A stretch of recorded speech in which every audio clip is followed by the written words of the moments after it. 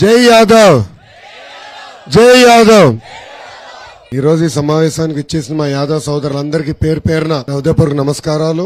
ఇక్కడున్న అందరినీ ఒకసారి ఆలోచించమంటున్నా. యాదవ సోదరులకి రాజకీయ ఆర్థిక స్వాతంత్రం వచ్చిందంటే దానికి కారణం విశ్వవిఖ్యాత నట సార్వభౌమ స్వర్గీయ శ్రీ నందమూరి తారక రామారావు గారు. ఆనాడు మన సామాజిక వర్గానికి చెందిన కుర్రోల్ని ఎత్తికి ఎమ్మెల్యేలు చేసి మంత్రులు కూడా చేసిన ఘనత మన అన్న ఎన్టీఆర్ది.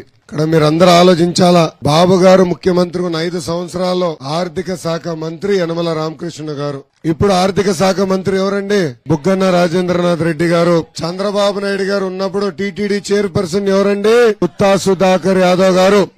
ఇప్పుడు టీటీడీ చైర్పర్సన్ ఎవరండి? వైవి సుబ్బారెడ్డి గారు. ఇప్పుడు భూమన్న కరుణాకర్ రెడ్డి గారు. నేను ఇంకా వైవి సుబ్బారెడ్డి గారి గురించి ఆలోచిస్తున్నా. ఏపీఐఏసీ చైర్మన్ గారు గతంలో ఎవరు? కృష్ణ యాదవ్ గారు.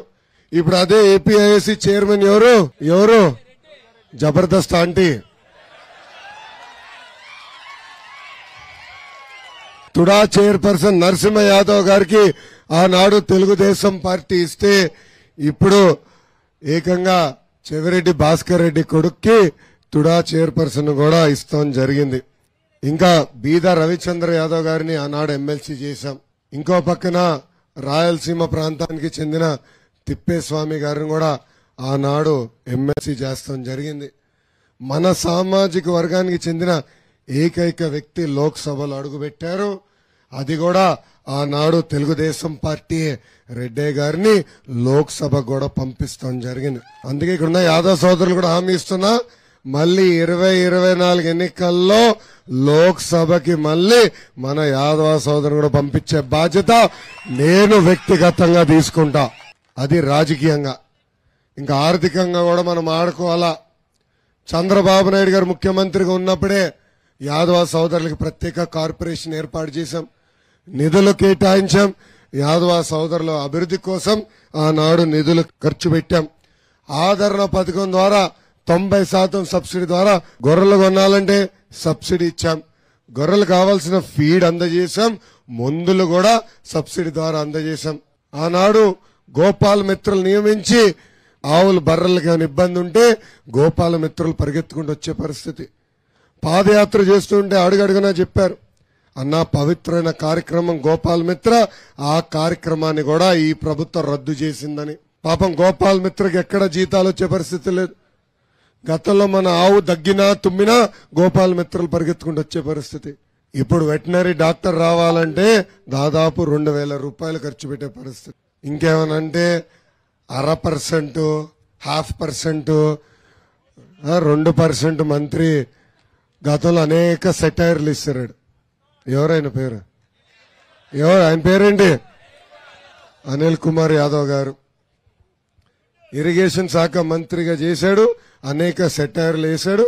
ఇంకా సైకో జగన్ ఇంటికి పంపించేశాడు. ఇక్కడున్న కుర్రోలు కూడా గుర్తుపెట్టుకోవాలా. అందరినీ ఎగతాళి చేస్తూ మాట్లాడాడు ఆయన.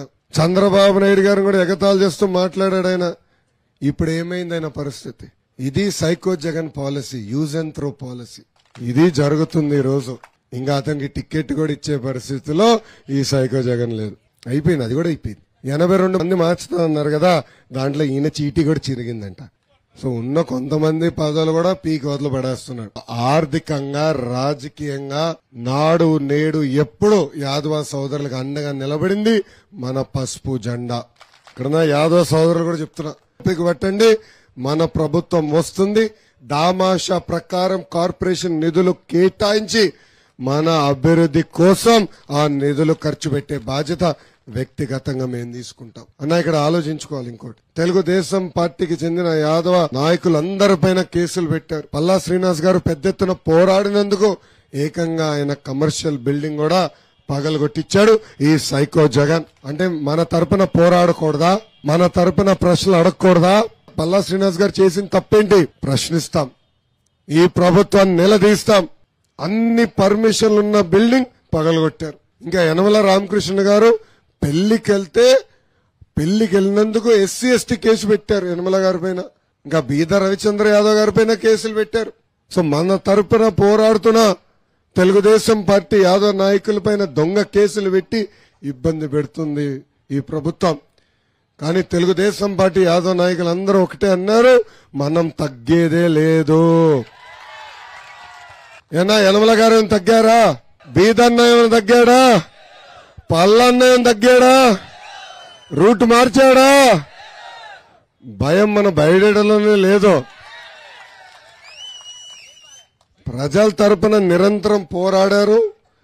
మన సామాజిక వర్గానికి జరుగుతున్న అన్యాయం పైన పోరాడారు. ముందు ముందు పోరాడతామని కూడా ఈ సభాముఖంగా తెలుపుకుంటూ